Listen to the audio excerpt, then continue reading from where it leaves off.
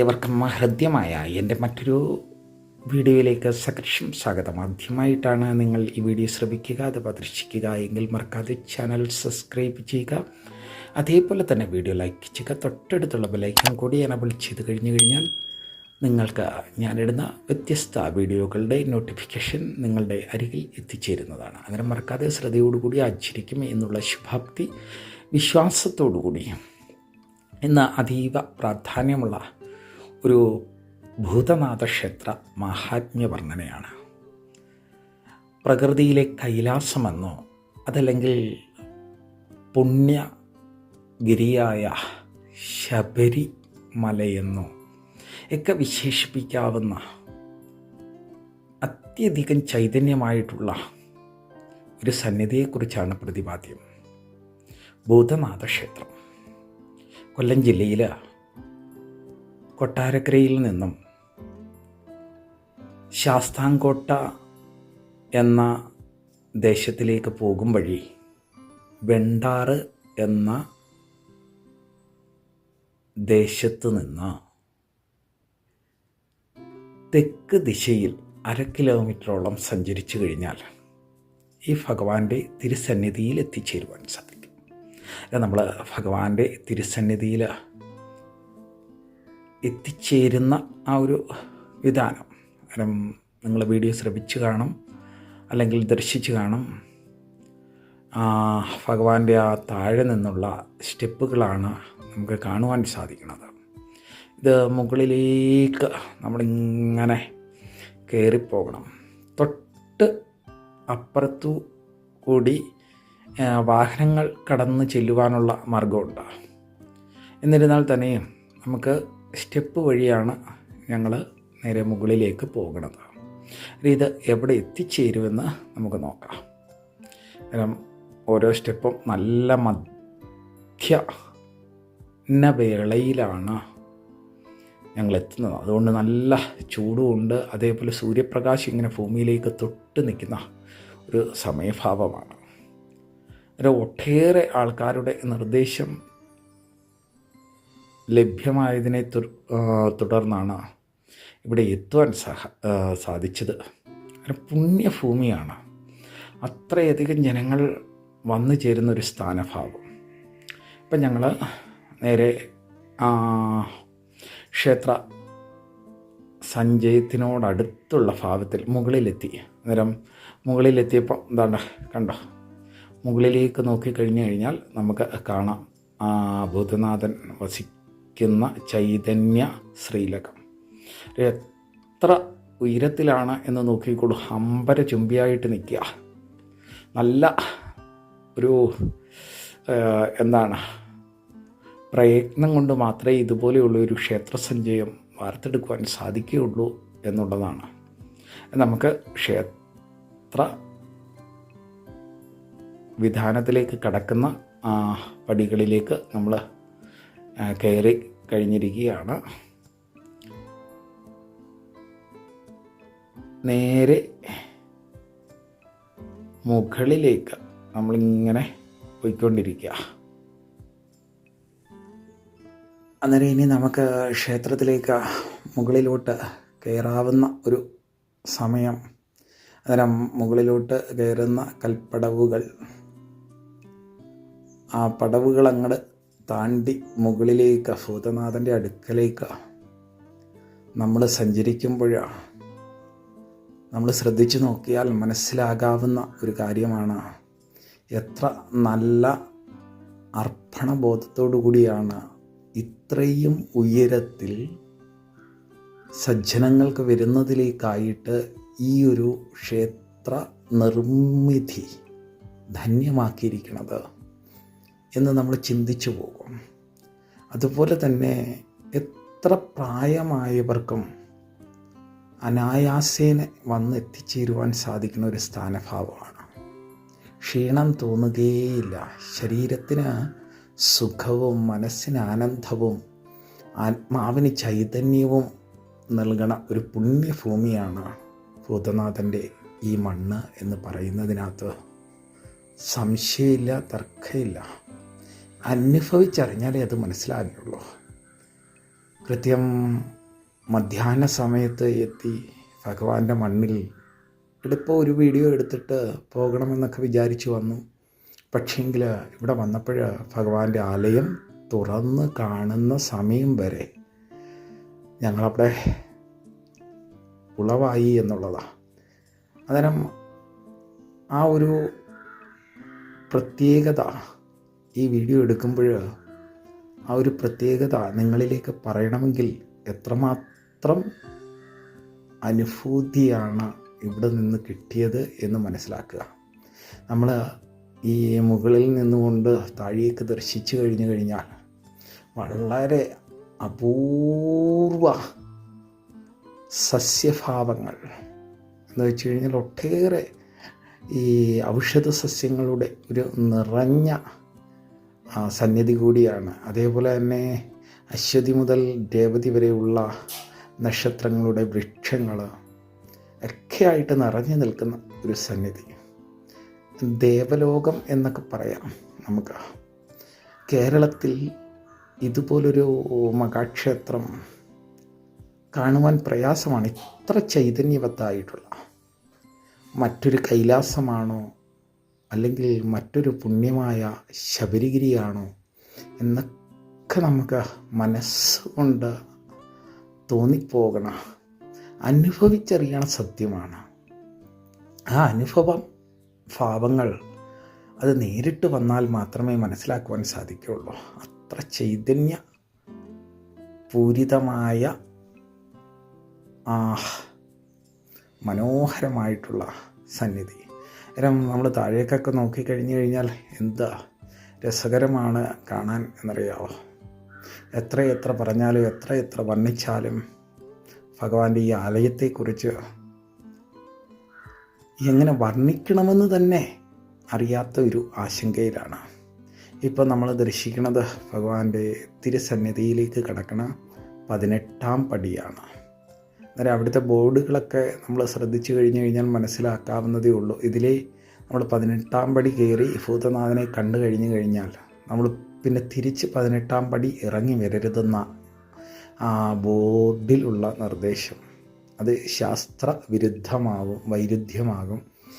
നമ്മൾ ഭഗവാനെ കണ്ടതിൻ്റെ ഗുണം നഷ്ടമാവും. അതുകൊണ്ട് തന്നെ അതിൻ്റെ തൊട്ട് പിൻവശത്തായിട്ട് പോരുന്നതിനുള്ള വഴിയും ഉളവാക്കിയിട്ടുണ്ട് എന്നുള്ളതാണ് മറ്റൊരു പ്രത്യേകത. നോക്കിക്കോളൂ, ആ വലിയ ശിലയുടെ ഏറ്റവും മുകളിലാണ് ഭഗവാന്റെ ഈ ശ്രീലകം ധന്യമാക്കിയിരിക്കുന്നത്. എത്ര ചൈതന്യവത്തായിട്ടാണ് ആ ഒരു നിർമ്മാണ രീതി എന്ന് തന്നെ നമുക്ക് വിലയിരുത്താവുന്നതേ ഉള്ളൂ. കാരണം നേരെ നമ്മൾ നോക്കിക്കഴിഞ്ഞു കഴിഞ്ഞാൽ എത്ര സുന്ദരം എന്ന് പറയുവാൻ, അത് അനുഭവ ഭാവത്തിലൂടെ ആസ്വദിച്ചറിയുമ്പോൾ ആ ഒരു സുഖം മറ്റൊന്നിൽ നിന്ന് നമുക്ക് ലഭ്യമാകുകയില്ല. അങ്ങനെയുള്ള സന്നിധിയാണ്.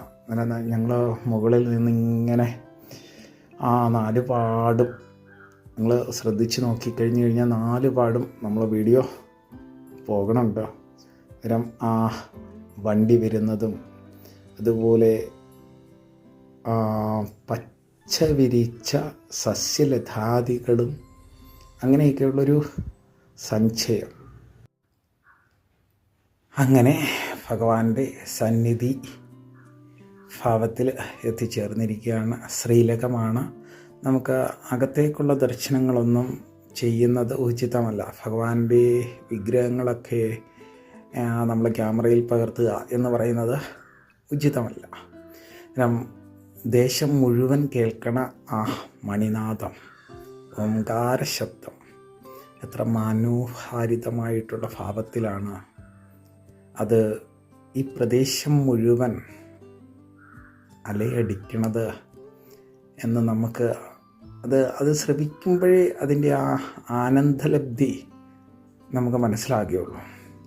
അതുപോലെ തന്നെ യഥേഷ്ടം സജ്ജനങ്ങൾ വന്ന് അവരവരുടെ കാര്യകർമ്മങ്ങൾ ഫലപ്രാപ്തിയിലെത്തുമ്പോൾ ഭഗവാന്റെ തിരുനടയിൽ യഥേഷ്ട വഴിപാടുകളാണ് അനുഷ്ഠിക്കപ്പെടുന്നത്. ഇപ്പം കാണുന്ന സ്ഥാനഭാഗം എന്ന് പറയുന്നത് നാളികേരം ഉടയ്ക്കുന്നതിനൊക്കെയുള്ള സ്ഥലമാണ്. പിന്നെ നമ്മൾ ശ്രദ്ധിച്ചു കഴിഞ്ഞാൽ 4 ഭാഗങ്ങളിലും ഇതേപോലെ ചുമന്ന പട്ടും മണിയും അതേപോലെയൊക്കെ ഒരുക്കി ഇട്ടിരിക്കുന്ന ഒരു സന്നിധി. ഞങ്ങൾ അമ്പലത്തിൻ്റെ മുകളിൽ നിന്ന് താഴേക്ക് ഇങ്ങനെ നോക്കുകയാണ്. നോക്കിയപ്പം കണ്ടോ, ആ ഫില്ലറെ വാർത്ത് നമ്മൾ വന്നിരിക്കുന്ന ആ പടികളാണ് ഫില്ലറെ വാർത്ത് കയറിയിരിക്കുന്നത്. എത്രമാത്രം കഠിനാധ്വാനം ചെയ്താണ് ഈ മഹാക്ഷേത്ര സഞ്ചയം. അന്നേരം അത്രയധികം ശക്തി അവിടെ ഉളവായിട്ടുള്ളത് കൊണ്ടാണ് അങ്ങനെ ഒരു കഠിന അധ്വാനത്തിലൂടെ ഈ ക്ഷേത്ര സങ്കല്പത്തിലേക്ക് എത്തിച്ചേർന്നിരിക്കുന്നത്. അന്നേരം നമുക്ക് സന്നിധി ദർശിച്ച് ഇങ്ങനെ മുന്നോട്ട് പോകുമ്പോൾ നല്ലൊരു പ്രത്യേക അനുഭൂതിയാണ്.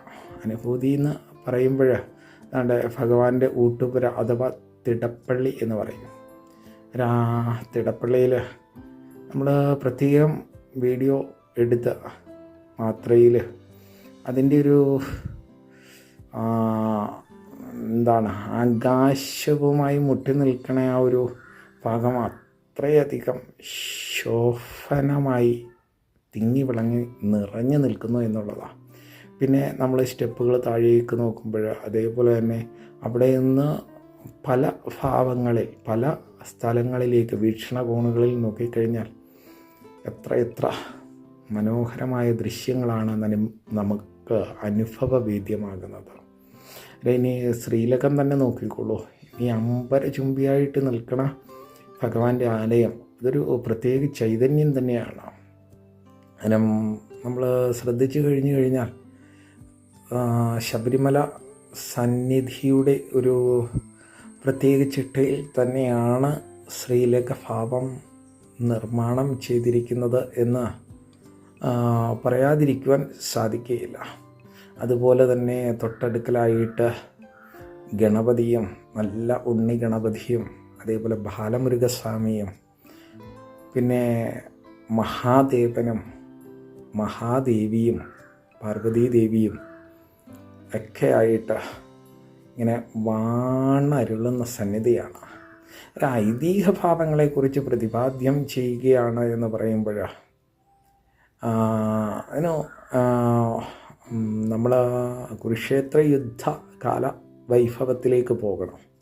ഐതിഹ്യം പറയുമ്പോൾ കുരുക്ഷേത്ര യുദ്ധം നടക്കുന്ന സമയഭാവത്തിലാണ്. ആ യുദ്ധം വിജയിക്കണമെങ്കിൽ ഇന്ദ്രകീലകത്തിൽ അലയോ പാർത്ഥ നീ പോയി പരമശിവനെ തപസ്സനുഷ്ഠിച്ച് പാശുപതാസ്ത്രം നേടണമെന്ന് ശ്രീകൃഷ്ണ പരമാത്മാവ് പറയുകയും ആയതിൻ പ്രകാരം ഇന്ദ്രകീലകത്തിൽ അതിനായി അനുഷ്ഠാനം തുടങ്ങിയ അർജുനനെ അല്ലെ പാണ്ഡവനെ പരീക്ഷിക്കുന്നതിനായിട്ട് ഭൂതഗണാധിവൃന്ദങ്ങളോടുകൂടി കുടുംബ സാന്നിധ്യഭാവത്തിൽ ഭഗവാൻ പരമേശ്വരനും മഹാദേവിയും അതേപോലെ ഗണേശ്വരനും ധർമ്മശാസ്താവും എന്ന് വേണ്ട കുടുംബ ഭാവത്തിൽ തന്നെ പ്രച്ഛന്ന വേഷധാരികളിലായി പ്രച്ഛന്ന വേഷഭാവത്തിൽ ഇങ്ങനെ വന്ന ഒരു ഐതിഹ്യം നമ്മുടെ ശിവപുരാണത്തിൽ വളരെയധികം ശ്രദ്ധേയമായിട്ട് കാണിക്കുന്നുണ്ട്. അന്നേരം അങ്ങനെയുള്ള ആ ഒരു കാലയളവിലാണ് അടവികൾ തോറും വിഹരിച്ചു നടക്കണ മഹാദേവനും മഹാദേവിയും അതേപോലെ ഗണേശ്വരനും ധർമ്മശാസ്താവും ബാലസുബ്രഹ്മണ്യനും വന്ന ഒരു ചൈതന്യഭൂമിയാണ് ഇതെന്നാണ് വായ്മൊഴിയിൽ ഈ ദേശഭാവത്തിലുള്ള സജ്ജനങ്ങളിൽ നിന്ന് നമുക്ക് മനസ്സിലാക്കുവാൻ സാധിച്ചത്. അന്നേരം അവിടെ വന്നെത്തിയ മാത്രയിൽ ഭഗവാൻ അവിടെ വലിയൊരു ശിലയിൽ ഈ ക്ഷേത്രം ഇപ്പം നിലനിൽക്കണ ആ ഒരു വലിയ ശിലയിൽ അതിൻ്റെ ഏറ്റവും മുകളിലായിട്ട് ഉപവിഷ്ടനാകുകയും അവിടെ ഇരുന്നു കൊണ്ട് സാധ്യായന കർമ്മങ്ങൾ അനുഷ്ഠിച്ചുവെന്ന് ഒക്കെയാണ് ചരിത്രം രേഖപ്പെടുത്തണ ഐതിഹ്യഭാവം. അങ്ങനെ ഉള്ള സാഹചര്യത്തിൽ അവിടെ ഭഗവാന്റെ ചൈതന്യം ശ്രദ്ധേയമാവുകയും എന്നാൽ കാലാന്തരങ്ങളിൽ ഇവിടെ ജനവാസമില്ലാത്ത മേഖല എന്ന് തന്നെ പറയാമോ, അങ്ങനെയുള്ള ഈ സ്ഥാനഭാവത്തിൽ ഒട്ടേറെ ചൈതന്യവത്തായിട്ടുള്ള കർമ്മനിധാനങ്ങൾ നടക്കുകയും ഇത് മനസ്സിലാക്കിയ ഒരു യോഗീശ്വരൻ, ഒരു ഗുരുനാഥൻ എന്ന് പറയാം, അദ്ദേഹത്തിൻ്റെ ഇഷ്ടമൂർത്തി എന്ന് പറയുമ്പോൾ സച്ചിദാനന്ദ പരബ്രഹ്മസ്വരൂപമാകണ ശ്രീധർമ്മശാസ്താവാണ്. അല്ല, ശ്രീധർമ്മശാസ്താവിനെ അദ്ദേഹം മനസ്സിൽ ധന്യമാക്കി ഈ കർമ്മനിധാനത്തിൽ അങ്ങോട്ട് തപസ്സനുഷ്ഠിക്കുകയും അതിൻ ഫലമായി ഭഗവാൻ ദർശനം നൽകുകയും അങ്ങനെ ആ ഭഗവാന്റെ ദർശന ഭൂമി, അതോടൊപ്പം മഹാദേവൻ ചൈതന്യം കൊണ്ട് പൂരിതമായ സ്ഥാനഭാവം, അങ്ങനെ ഒട്ടേറെ ഐതിഹ്യഭാവങ്ങൾ ഈ ക്ഷേത്രവുമായി ഇടപഴകി കിടക്കണു എന്നുള്ളതാണ് മറ്റൊരു പ്രത്യേകത. പൂങ്കാവന സദൃശ്യമായ മനോഹര കർമ്മനിധാനങ്ങളാൽ സവിശേഷമായ ഈ മഹാസന്നിധി പിന്നെ മറ്റൊരു അഭേദ്യമായ ഫീലിംഗാണ് ഇവിടെ നിൽക്കുമ്പോൾ നമുക്ക് അനുഭവവേദ്യമാകണത്. ഇപ്പോൾ നമ്മൾ പോകുന്ന സ്ഥാനഭാവം എന്ന് പറയുന്നത് നാഗരാജാക്കന്മാർ, അതേപോലെ തന്നെ യക്ഷിയമ്മ തുടങ്ങിയിട്ടുള്ള ദേവതകളൊക്കെ കുടികൊള്ളുന്ന ആ സ്ഥാനത്തിലൂടെയാണ് നമ്മളിപ്പം സഞ്ചരിക്കുന്നത്. എന്ന് വെച്ച് കഴിഞ്ഞാൽ ഭഗവാന്റെ ആലയത്തിൽ കയറി കഴിഞ്ഞാൽ 18-ാം പടി വഴി കയറി കഴിഞ്ഞു കഴിഞ്ഞാൽ പിന്നെ തിരികെ ഇറങ്ങുന്ന ആ വഴിയിലൂടെ നമ്മൾ താഴേക്ക് ഇറങ്ങി വരുമ്പോഴാണ് അവിടെ ദർശിക്കുവാൻ സാധിക്കുന്ന അതിശ്രേഷ്ഠമായിട്ടുള്ള യക്ഷിയമ്മയും അതേപോലെ നാഗരാജാവും അങ്ങനെയുള്ള ഒരു സവിതഭാവം. അന്നേരം അവിടെയൊക്കെ നമ്മൾ നോക്കിക്കഴിഞ്ഞു കഴിഞ്ഞാൽ അനേകം ചെമ്പട്ടുകളും മണികളും ഒക്കെ യഥേഷ്ടം സജ്ജനങ്ങളാണ്. അവരവർ ഇഷ്ടമായിട്ടുള്ള ദ്രവ്യഭാവങ്ങൾ ഭഗവാന് സമർപ്പിച്ച സ്ഥാനഭാവം. അതായത് നമ്മൾ ആ ഇറങ്ങി വരുന്ന വഴിയാണ് ഇപ്പം കാണിച്ചുകൊണ്ടിരിക്കുന്നത്. അന്നേരം അത് ശ്രദ്ധയോടുകൂടി നമ്മൾ വീക്ഷിച്ച് കഴിഞ്ഞു കഴിഞ്ഞാൽ എന്തുമാത്രം ജനകോടികളാണ് ഇവിടെ ഭഗവാന്റെ ആശ്രിതമായിട്ടുള്ള കർമ്മനിധാനങ്ങളിൽ വന്നെത്തിയിട്ടുള്ളത് എന്ന് നമുക്ക് മനസ്സിലാക്കുവാൻ സാധിക്കും. അന്നേരം അങ്ങനെയുള്ള ആ സന്നിധി ഒരു പ്രത്യേക ശരീരത്തിന് അത്യധിക ആനന്ദത്തെ പ്രചോദനം നൽകണ ഒരു നാഗരാജ നാഗയക്ഷി വൈഭവം തന്നെയാണ് ഈ ഇവിടുത്തെ കാവിൻ്റെ ഒരു പ്രത്യേകത എന്ന് തന്നെ പറയാം. നമ്മൾ അവിടെ ചെന്ന് നിൽക്കണ മാത്രയിൽ തന്നെ ഒരു പ്രത്യേക അനുഭൂതിയാണ് വന്നു ചേരുക. അതേപോലെ തന്നെ പല വൈവിധ്യമാർന്ന ഭാവത്തിലുള്ള ശിലാഫലകങ്ങളും ഇവിടെ ഇരിക്കുമ്പോൾ അത്രയും നട്ടുച്ച സമയമായിട്ട് കൂടി വെയിലിൻ്റെ അല്ലെങ്കിൽ സൂര്യൻ്റെ പ്രഭാവം ശകലം പോലും നമുക്ക് ശരീരത്തിന് ദൂഷ്യമാകാത്ത രീതിയിലുള്ള നല്ല പവനൻ്റെ സഞ്ചയഭാവങ്ങളും എന്ന് വേണ്ട വർണ്ണിക്കുവാൻ വാക്കുകളില്ല. ഭഗവാന്റെ സന്നിധിയെക്കുറിച്ച് എത്ര വാക്കുകൾ ചൊല്ലിയിരുന്നാലും വർണ്ണനാതീതമാണ് ഈ ക്ഷേത്രസഞ്ചയം എന്ന് പറയാതിരിക്കുവാൻ സാധിക്കുകയില്ല. ഇനി ഇവിടെ എത്തിയ സജ്ജനങ്ങളിൽ ഉളവായിട്ടുള്ള അനുഭവങ്ങൾ, സന്തതികളില്ലാത്തവർക്ക് സന്തതി ഉളവാകുക, അതേപോലെ ഉദ്യോഗാർത്ഥികൾക്ക് ഉദ്യോഗങ്ങൾ വന്നു ചേരുക, ശത്രു നാശഭാവങ്ങൾ ഉളവാകുക, അതേപോലെ ആഭിചാരദോഷം അതേപോലെയുള്ള കർമ്മഗതികളിൽ ഗതി കിട്ടാതെ അലയണ മാനുഷിക ജീവനുകൾക്ക് ഉത്തമ സന്നിധിയാണ് ഭൂതനാഥനായിരിക്കുന്ന ഈ ഭഗവാന്റെ തിരുസന്നിധി. അതിൻ്റെയൊക്കെ ഒരു പരമാർത്ഥമായിട്ടുള്ള തത്വഭാവത്തെയാണ് നമുക്കവിടെ ദർശിക്കുവാൻ കഴിയുന്നത്. അത്ര പുണ്യ പൂങ്കാവനം എന്ന് തന്നെ വിശേഷിപ്പിക്കാവുന്ന മറ്റൊരു ശബരിമലയാണോ മറ്റൊരു കൈലാസാദ്രിയാണോ എന്നൊന്നും വിശേഷിപ്പിക്കുവാൻ നമുക്ക് സാധിക്കുകയില്ല. കാരണം അതിനും അപ്പുറമാണ് എന്നേ പറയുവാൻ സാധിക്കുള്ളൂ. നമ്മുടെ കേരളത്തിൽ ഇതേപോലെ അറിയപ്പെടാത്ത ഒട്ടേറെ മഹാക്ഷേത്ര ദേശഭാവങ്ങൾ നമ്മളറിയാതെ കിടക്കണുണ്ട്. അതിൽ പവിത്രമായ ഒരു മണ്ണാണ് ഇതെന്ന് പറയാതിരിക്കുവാൻ സാധിക്കുകയില്ല. വൈവിധ്യമാർന്ന സസ്യജാലങ്ങളും അതേപോലെ തന്നെ ഒട്ടേറെ ഔഷധ സസ്യങ്ങളും, പിന്നെ നമ്മൾ ഇതുവരെ ശാസ്ത്രീയ ഭാവത്തിൽ നമ്മൾ ഗ്രന്ഥങ്ങളിൽ കൂടി കണ്ടിട്ടുള്ള ഒട്ടേറെ സസ്യങ്ങളെ നമുക്ക് ഇവിടെ നേരിട്ട് ദർശിക്കുവാൻ പറ്റുന്നൊരു സന്നിധി കൂടിയാണ്. അതുപോലെ നമ്മൾ പുറകിൽ നിന്ന് ഉള്ള കാഴ്ചകളൊക്കെ നോക്കുകയാണ് എന്ന് പറയുമ്പോൾ ശ്രദ്ധിച്ച് നോക്കിക്കഴിഞ്ഞു കഴിഞ്ഞാൽ മനസ്സിലാക്കാവുന്നതേ ഉള്ളൂ എത്ര മനോഹരമായിട്ടുള്ള രീതിയിലാണ് ഭഗവാന്റെ ആ ആലയത്തിലേക്ക് നിർമ്മാണ പ്രവർത്തനങ്ങൾ പോയിരിക്കുന്നത് എന്ന് സസൂക്ഷ്മം ഈ വീഡിയോ ഒന്ന് ശ്രദ്ധിച്ചു നോക്കിയാൽ മനസ്സിലാകാവുന്ന കാര്യമുള്ളൂ. പിന്നെ പറയുവാനാണെന്നുണ്ടെങ്കിൽ ഒട്ടേറെയുണ്ട്. ആശ്രയിക്കുന്നവരെ ഒരിക്കലും ഉപേക്ഷിക്കണ ഒരു ഭൂമിയല്ല ഇത് എന്ന് ഒട്ടേറെ വായ്മൊഴികളിൽ നിന്ന് നമുക്ക് ലഭ്യമാകണമുണ്ട്. മറ്റൊരു കാര്യം പറയുകയാണ് എന്നുണ്ടെങ്കിൽ ഈ ഭൂമിയിൽ വരുവാനും അതിന് ഭൂതനാഥൻ്റെ അനുഗ്രഹം ഉള്ളവർക്ക് മാത്രമേ സാധിക്കൂ എന്നുള്ളതാണ് മറ്റൊരു പ്രത്യേകത. അല്ലാതെ പെട്ടെന്നൊരാൾക്ക് ഇവിടേക്ക് വന്നെത്തിച്ചേരുവാൻ സാധിക്കില്ല. അത്ര വിശേഷത ഉള്ളൊരു ഭൂമിയാണ്.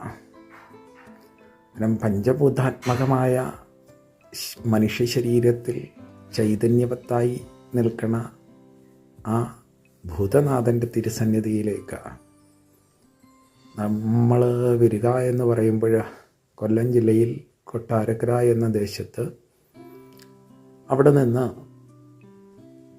ശാസ്താംകോട്ടയ്ക്ക് പോകുന്ന വഴി വെണ്ടാറ് എന്നുള്ള ജംഗ്ഷനിൽ നിന്ന് തെക്കോട്ട് 1/2 കിലോമീറ്ററോളം സഞ്ചരിക്കുമ്പോൾ ഭഗവാന്റെ ഈ സന്നിധി എത്തിച്ചേരുവാൻ സാധിക്കും. പിന്നെ മറ്റൊരു കാര്യം എന്ന് പറയുമ്പോൾ ഭൂതനാഥൻ എന്ന് പറഞ്ഞു കഴിഞ്ഞാൽ തന്നെ ദേശവാസികൾക്കെല്ലാം അത്രയധികം ആനന്ദത്തെ നൽകുന്ന ഒരു മൂർത്തി രൂപമാണ്. ആയതുകൊണ്ട് തന്നെ നമുക്ക് വഴിതെറ്റുകയോ അല്ലെങ്കിൽ ചോദിക്കുവാനുള്ള ഒരു ഇടവരുത്തുകയോ ചെയ്യുകയില്ല. നമ്മൾ കൃത്യമായിട്ട് അവിടെ എത്തിച്ചേരും എന്നുള്ളതാണ്. അവിസ്മരണീയമായ പല രൂപഭാവങ്ങളും പ്രകൃതിയാൽ കടഞ്ഞെടുത്തത് നമുക്ക് ദർശിക്കുവാനുള്ള ഒരു സന്നിധി കൂടിയാണ്. പിന്നെ അനുഭവസ്ഥരാണെന്നുണ്ടെങ്കിൽ നമുക്ക് അവരുടെ സംഖ്യാഭാഗങ്ങൾ പറയുവാൻ സാധിക്കില്ല. അന്നദാനമാണ് ഇവിടുത്തെ പ്രാധാന്യമുള്ള വഴിപാട് എന്ന് പറയുവാൻ സാധിക്കും. കാരണം ഒട്ടേറെ സജ്ജനങ്ങൾ ദേശഭാവങ്ങളിൽ നിന്ന് എത്തിച്ചേരുമ്പോൾ അവർക്കൊരു പിടി അന്നം കൊടുക്കുക എന്നുള്ളതാണല്ലോ.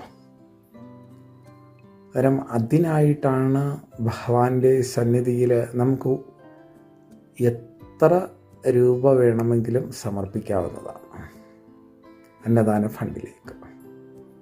അത് നമ്മളാൽ ഒക്കുന്ന ഭാവത്തിൽ മതിയാകും.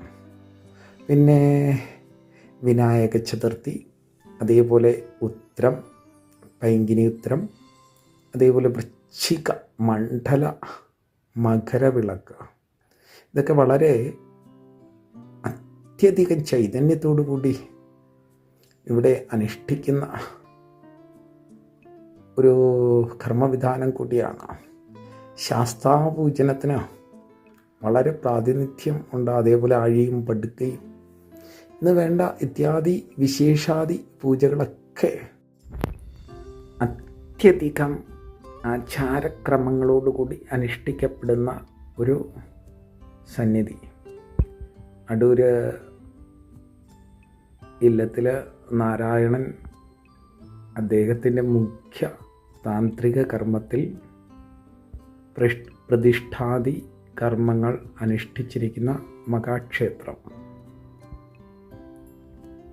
അങ്ങനെയുള്ള ഒരു തന്ത്രിമുഖ്യന്മാരിൽ അതിപ്രശസ്തനായിട്ടുള്ളൊരു മഹത് വ്യക്തി. അദ്ദേഹത്തിൻ്റെ കരങ്ങളാലാണ് ഭഗവാനെ ഇവിടെ ബുദ്ധനാഥനെ പ്രതിഷ്ഠ ചെയ്തിരിക്കുന്നത്. അങ്ങനെയുള്ളൊരു സന്നിധി കൂടിയായതുകൊണ്ട് വളരെയധികം ചൈതന്യമാണ് ഭഗവാനിൽ നിന്ന് സജ്ജനങ്ങൾക്ക് ലഭ്യമാകുക. അശരണർക്ക് ആശ്രയവും ദുഷ്ടജനത്തിന് ശിക്ഷയും സജ്ജനങ്ങൾക്ക് നല്ല പരിപാലനവും ചെയ്തു വരുന്ന ഭഗവാൻ ഭൂതാധിപൻ തൻ്റെ മാതാപിത സഹോദരങ്ങളോടൊത്ത് അത്യധികം ആനന്ദപൂരിതമായ ഊർജമായി നിലകൊള്ളുന്ന സന്നിധി. ഇനിയിപ്പം നമ്മൾ പൂജകളോ മറ്റു കാര്യങ്ങളോ ഒന്നും അനുഷ്ഠിച്ചില്ലെങ്കിൽ തന്നെയും നമ്മുടെ ശരീരം ആ മണ്ണിൽ എത്തിക്കഴിഞ്ഞാൽ ഒരു പ്രത്യേക അനുഭൂതിയാണ്, പറഞ്ഞറിയിക്കാൻ സാധിക്കില്ല. എത്ര പറഞ്ഞു കഴിഞ്ഞാലും ആ അനുഭൂതി എത്രമാത്രം വലുതാണ് എന്ന് പറയാൻ സാധിക്കില്ല. അത്ര വിശേഷതയാണ് ഈ സന്നിധിയിൽ എത്തുക എന്ന് പറയുമ്പോൾ. പിന്നെ ഈ മണ്ഡല മകര വിളക്ക് കാലഭാവങ്ങളിൽ ആ സമയത്ത് ചുറ്റുവിളക്കുകൾ, അതേപോലെയുള്ള ഓരോ സജ്ജനങ്ങളുടെയും മനസ്സിൽ നിറഞ്ഞു നിൽക്കണ ഭഗവാനെ എങ്ങനെ പ്രകാശപൂരിതമാക്കാമെന്ന് മത്സരബുദ്ധിയോടുകൂടി അനുഷ്ഠിക്കണ സജ്ജനങ്ങൾ. അന്നേരം ആ ഒരു സമയഭാവത്തിലൊക്കെ അവിടെ എത്തിച്ചേർന്ന് കഴിഞ്ഞു കഴിഞ്ഞാൽ നമ്മൾ എന്താണെന്ന് പറയുവാൻ സാധിക്കില്ല. ഒരു വല്ലാത്തൊരു നിർവൃതിയായിരിക്കും നമ്മുടെ മനസ്സിന് വന്നു ചേരുക. അതേപോലെ തന്നെ ദീപ അലങ്കാര പ്രഭയോടുകൂടി ഈ ക്ഷേത്ര സമുച്ചയഭാവത്തെ നോക്കിക്കാണുക എന്ന് പറയുമ്പോൾ അതിൽ കൂടുതലൊരാനന്ദം നമുക്ക് നമ്മുടെ ജീവിതത്തിൽ ലഭ്യമാകുകയില്ല എന്ന് തന്നെ വളരെ വ്യക്തമായിട്ട് പറയാവുന്ന ഒരു കാര്യമാണ്. ആകാശ ദൃശ്യങ്ങളൊക്കെ ഈ ഒരു ഭാവത്തിൽ നിന്ന് ഈ ഭൂതനാഥൻ്റെ ഒട്ടേറെ വീഡിയോകളിൽ കൂടി ദേശാന്തരങ്ങൾ കടന്നുപോയിരിക്കുന്നു. ആർഷഭാരത സനാതന സംസ്കാരഭാവത്തിൽ ഇത്രയും ചൈതന്യവത്തായിട്ടുള്ളൊരു സന്നിധി. അതിനെക്കുറിച്ച് എടുത്ത് പറയുകയാണ് എന്ന് വ്യക്തമാക്കി പറയുകയാണ് എന്നൊക്കെ പറഞ്ഞു കഴിഞ്ഞാൽ ഇതൊരു പബ്ലിസിറ്റിക്ക് വേണ്ടിയിട്ടോ അല്ലെങ്കിൽ ഒരു വീഡിയോയുടെ റേറ്റിങ്ങിന് വേണ്ടിയിട്ടോ അല്ല. അത്രയും ആനന്ദം ലഭ്യമാകുന്നൊരു സന്നിധി തന്നെയാണ്. വീഡിയോ കാണുന്നവർക്ക് പെട്ടെന്നത് മനസ്സിലാക്കുകയും ചെയ്യും. കാരണം അത്രയും ശക്തി ഉളവായിട്ടാണ് എത്ര നാളുകൾ കൊണ്ടായിരിക്കും ആ ക്ഷേത്രം അതിൻ്റെ പൂർണ്ണതയിൽ എത്തിച്ചത് എന്ന് നമ്മൾ മനസ്സിലാക്കേണ്ടതായിട്ടുള്ള ഒരു വലിയ വിദ്യ നമ്മളിലൊന്ന് തിളങ്ങിയാൽ, അല്ലേ നമ്മളൊന്ന് ചിന്തിച്ച് നോക്കിയാൽ മനസ്സിലാക്കാവുന്ന കാര്യമുള്ളൂ.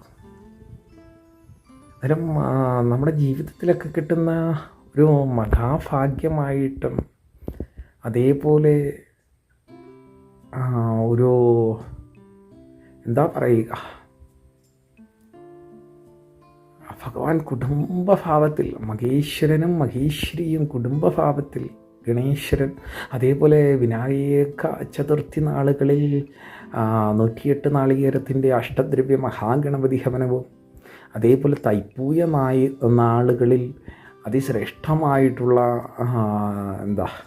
പഞ്ചാമൃത അഭിഷേകവും പിന്നെ ദുർഗാപൂജനവും ഭഗവതി സേവയും അതേപോലെ നാഗരൂട്ട്, സർപ്പബലി എന്ന് വേണ്ട വിശേഷ കർമ്മങ്ങളൊക്കെ അത്യധികം പ്രൗഢിയോടുകൂടി അനുഷ്ഠിക്കപ്പെടുന്നൊരു സന്നിധി എന്ന് പറയുന്നത് വേറെയില്ല. നമുക്ക് വളരെയധികം ശ്രദ്ധയോട് നമ്മൾ ഈ സന്നിധി ശ്രദ്ധിച്ചു കഴിഞ്ഞാൽ മനസ്സിലാക്കാവുന്ന കാര്യമേ ഉള്ളൂ. ആചാരനിഷ്ഠകളിലൂടെ അതേപോലെ തന്നെ പരിചാരക വൃന്ദങ്ങളായാൽ തന്നെയും വരുന്നവരെ പരിപാലിക്കണ സജ്ജനങ്ങൾ തന്നെയാണ് എന്ന് പറയുന്നതിൽ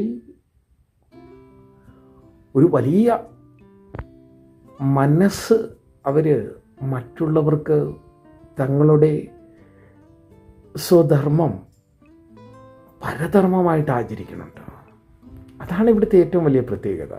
ആര് വന്നിരുന്നാലും അവർക്ക് വേണ്ടുന്ന സഹകരണങ്ങൾ ഒരുക്കി